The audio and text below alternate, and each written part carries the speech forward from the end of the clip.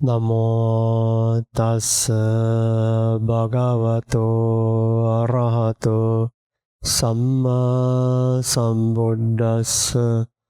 Namo tassa bhagavato arahato samma sambuddhassa. Namo tassa bhagavato arahato Samma Sambuddhassa. Today is the birthday of our Buddha. Of course, when he was born, he was not yet a Buddha. He was a Bodhisattva. Only after enlightenment we call him a Buddha. But such a Bodhisattva is great. The birth of a Bodhisattva is very, very great. Because why? He was ready to show the world, give light to the world. Because in the round of cycle of death, cycle of birth and death, the samsara, we call it the rounds of samsara. In this samsara, we go round and round and round again and again. For many, many eons, uncountable eons. The world forms, the world stays, the world go into deterioration, destruction, and eventually disappear back to emptiness. And then the world will arise again, is forming again, and then stay, and then disrupt, and then vanish into emptiness. So this cycle goes again and again and again for uncountable times. And throughout these uncountable formation and destruction of the world cycles, for many, many eons, there were no Buddhas. Not easy. Sometimes you don't find Buddha throughout the whole cycle. You don't find a Buddha. Sometimes like that. So what happens when we don't see a Buddha appearing in the world? We don't know how to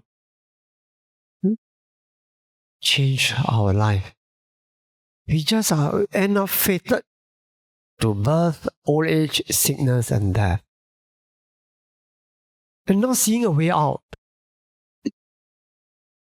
But when a Buddha, a Bodhisattva, a Buddha to be, gets born in this world, he was fated or destined to become a Samma Sambuddha, a self-enlightened Buddha, and then to bring light to the world, to show the world the possibility of life, that we are not fated to go round and round again and again. We can, through our own effort, rise from this, leave this cycle, and attain permanent happiness of Nibbana. So the Buddha showed us this is possible by his own example. You see in the text, in the Pali text, when the Buddha said, wherever there is an arahant, arahant is someone who is free from greed, anger, delusion, or any defilements, and will not be reborn again. That is called arahant. Wherever there is an arahant, there is a great blessings. Because why? Because when there is an arahant, the arahant leave out the possibility of enlightenment. And also, he's a great field of merits for others. And then, by associating with him, you can get wisdom and he can show you the way out of the samsara. So, wherever there is arahant, there will be many devas, guardians. They like to flock to him, around him. Why? Because wherever there is an arahant, it is a very pleasant. There is no strife. At least the energy emanated from the arahant is peaceful.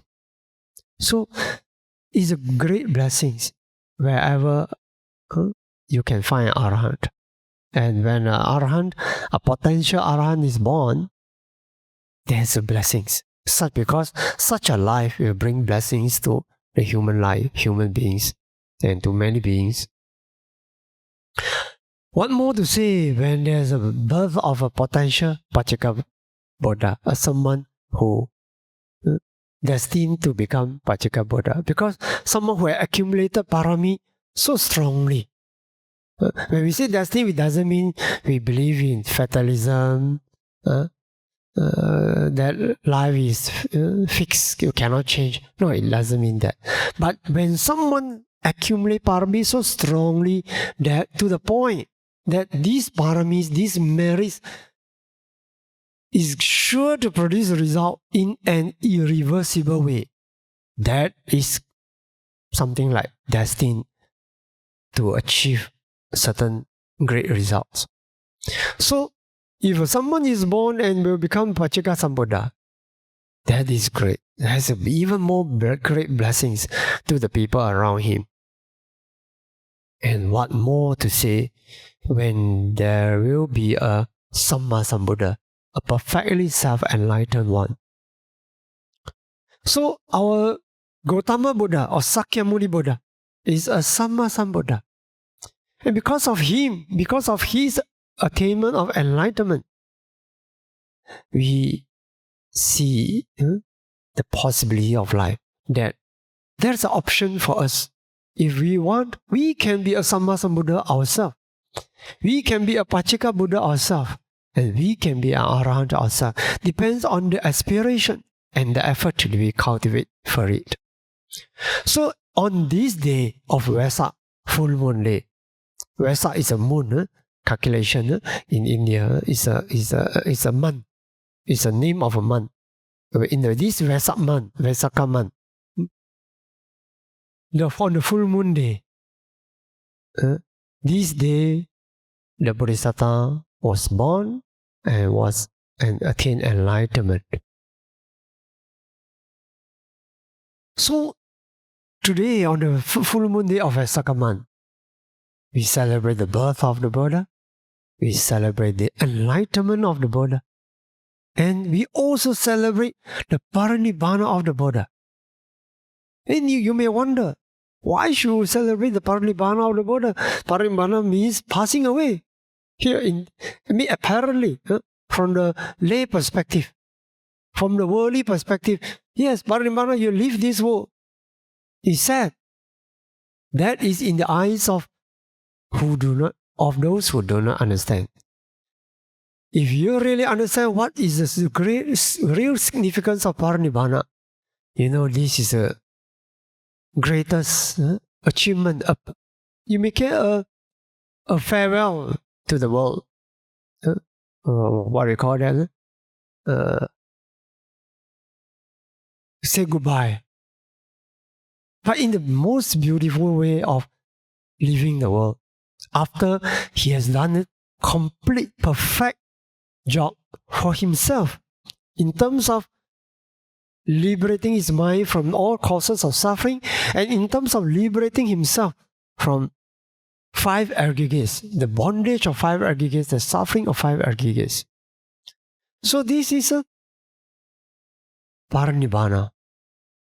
And he has achieved perfection in terms of fulfilling his duty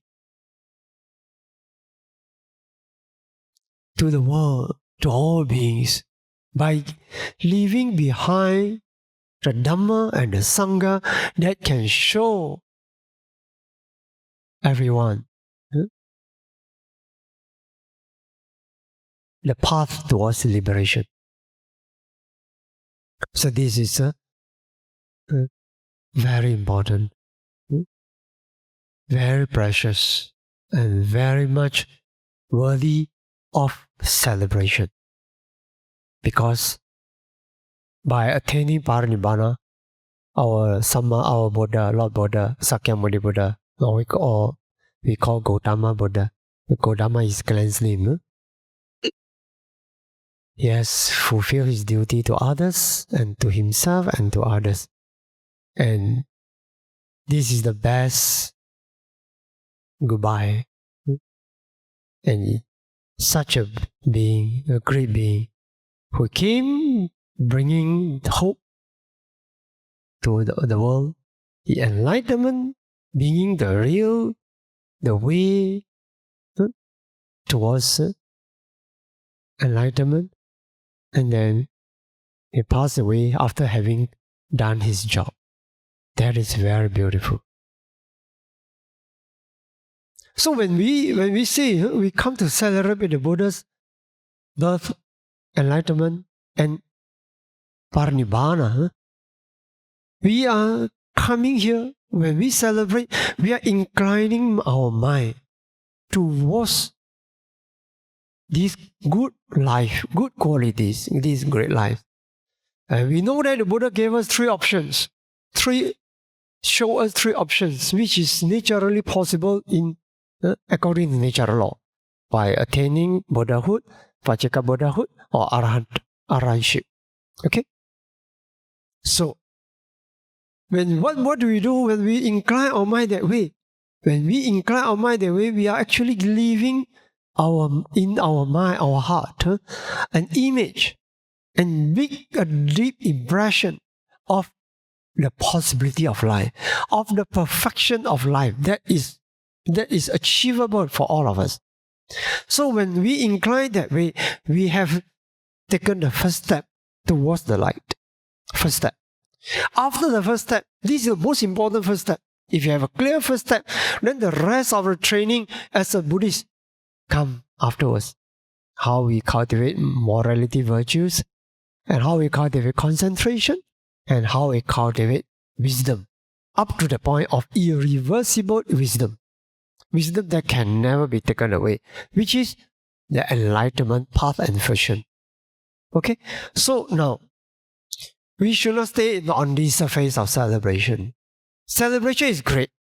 It cultivate in us, inculcate it in our mind, the first step, powerful first step, but not enough. We need to really take actual steps and effort to progress towards the direction that we incline and aspire towards. Okay? So the Buddha's greatest gift to us is show the path to transcend beyond suffering. How to do? Then once we know that it's possible for us, then we will know what to do. We cultivate towards it. So when the Buddha, we not only think about the greatness of the Buddha. The Buddha greatness is not only in telling us the nature, this is suffering. The Buddha tells us there is a causes. There are causes of suffering. And then the Buddha told us this only after he knew exactly there is a way out. And then how to go out, how to strive towards liberation.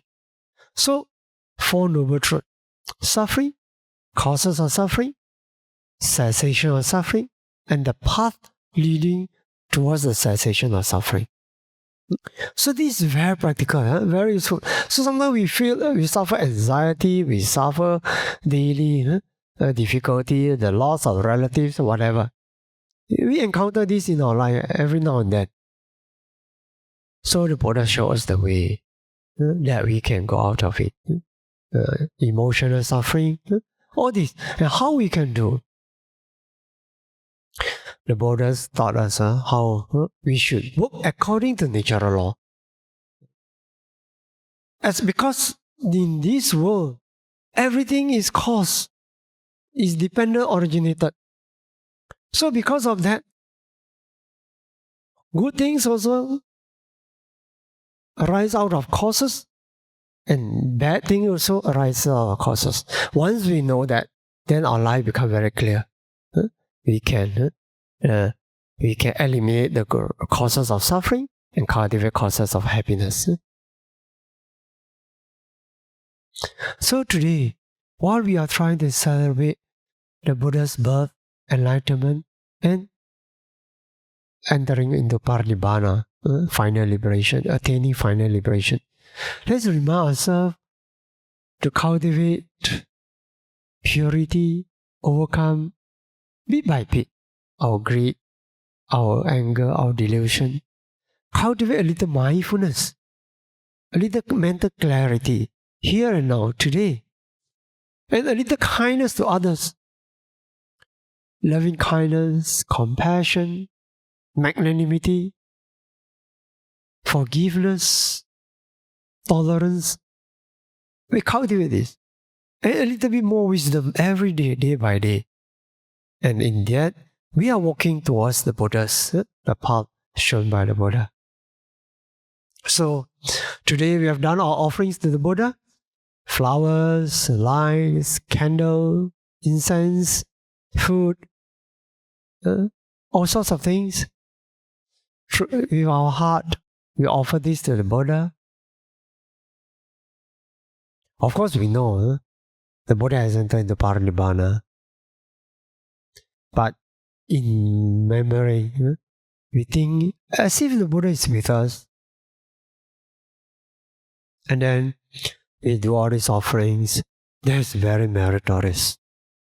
Of course, the most meritorious is you can meet the Buddha in person and do offering to the Buddha. But this opportunity is over now. So we try to visualize, because merit is in our mind, as if the Buddha is still alive. We still offer food to the Buddha. The Buddha doesn't count on this. When he has entered Parinibbana, no need this. But it is, we need that.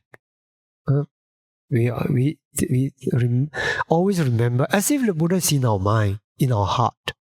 And then we offer with a great devotion. That's very meritorious.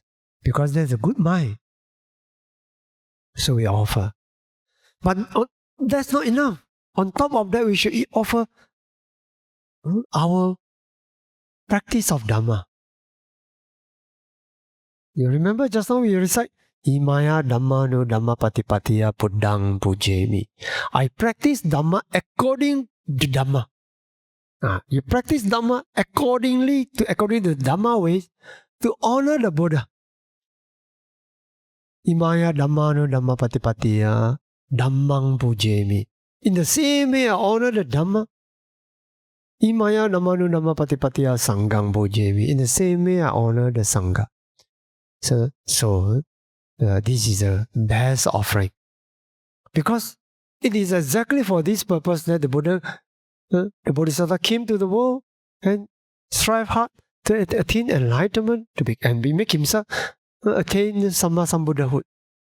So for what? For the liberation of all beings. So when we take every step towards liberation, we are giving the highest worth to his enlightenment. That is the highest honor to the Buddha. So on this day, let's reflect on the teaching of the Buddha, the Dhammapala. You can go through the English, and we will recite the Chinese for the English speaking. I hope you don't mind. For time's sake, we will stick to just recite the Chinese, and then you can read yourself the Dhammapala English. The meaning is the same, and the numbers is not according to like 2, 5, 6. This is a Dhammapala verses, the numbering for the verses. Okay. So this the first Dhammapala, mind precedes all mental states. Mind is the chief. Mind, they are all mind wrought. If with a pure mind a person speaks or acts, happiness follows him, like his never departing shadow. You see, we care so much about mind. We care so much about mind. Because whatever, we always start. When we think good things, our mind will incline towards the good things. If we think bad, then our mind inclines towards bad, and it will produce bad result. Sure to produce bad result, sooner or later. So this is very important. We have to guard our mind. In the Buddha's teaching, mind is so important. All the teaching teaches us how we should guard our mind. So this is the meaning. But it doesn't mean we should be naive, easily fooled around by others. No. Even if we encounter unwholesome people, evil people, we still use Dhamma, but not to be fooled by them, but to protect ourselves, and also, if possible, we try to help the misguided people towards the light. Okay, then second. So basically, the fifth and sixth tell us that we cannot conquer hatred with hatred. Only non-hatred or love, we can overcome hatred. This is eternal law. And also, when we are engaged in strife, fighting, we all perish. But many people think they will make other people perish without knowing that karma itself can make our life endanger our life and make our life perish. Okay. So this is about the practice or impurities guarding the senses, being contented with food, having faith and energetic. Such a person who got his mind, even a Mara is the evil one, the evil force, cannot control him.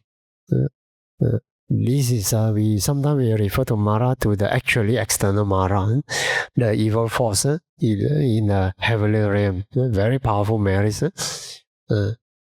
And also we also refer to the Mara of defilements, the devil of defilements, and also we refer to our death, etc. Our internal mental impurities, that's also defilements, the Mara. So if you don't want to be overcome by all these bad forces, cultivate in this way, guard our senses, work on the present causes.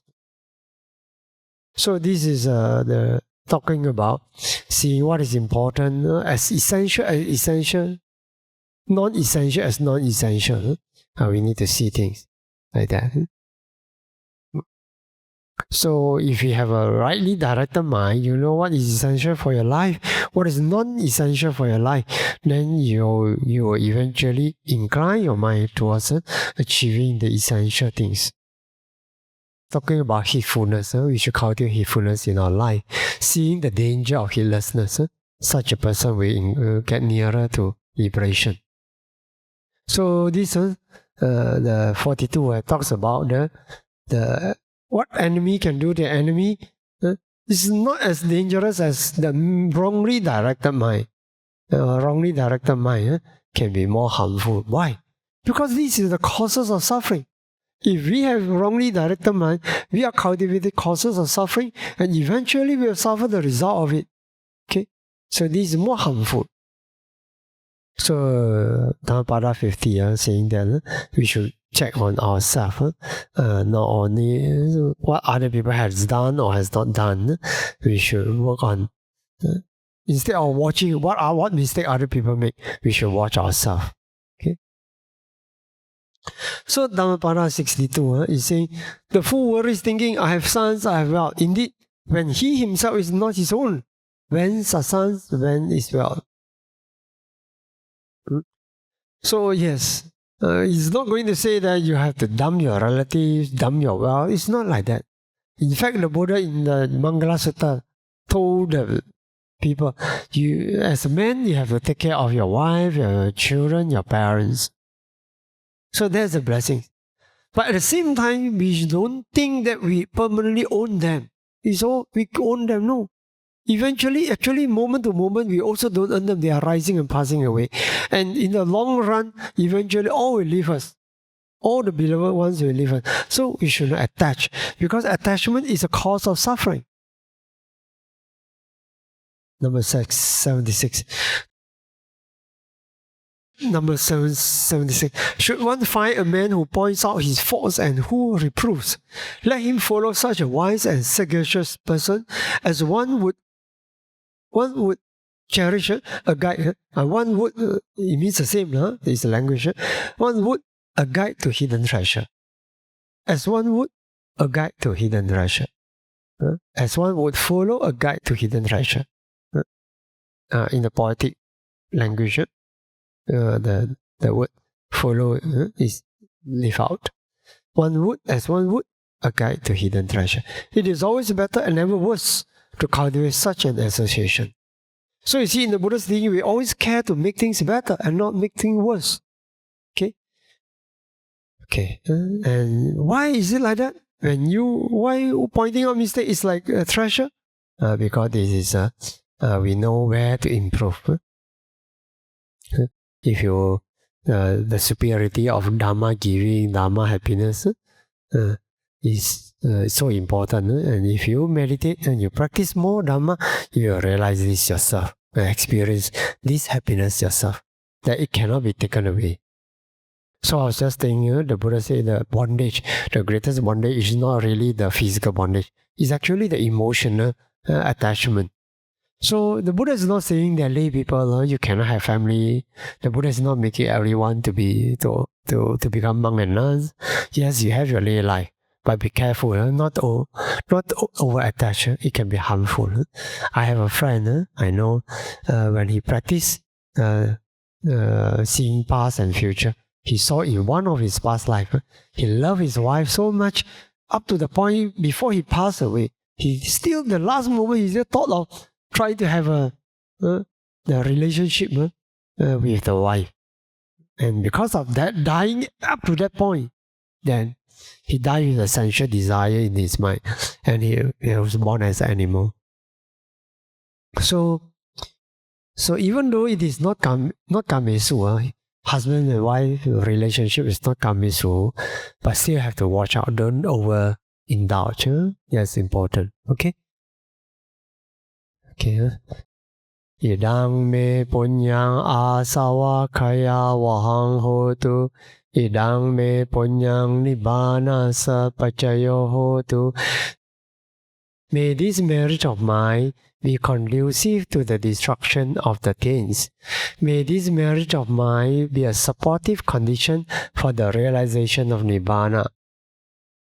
Mama punya bagang sabba sattanang bhajemi te sabbe me samang punya bagang labantu.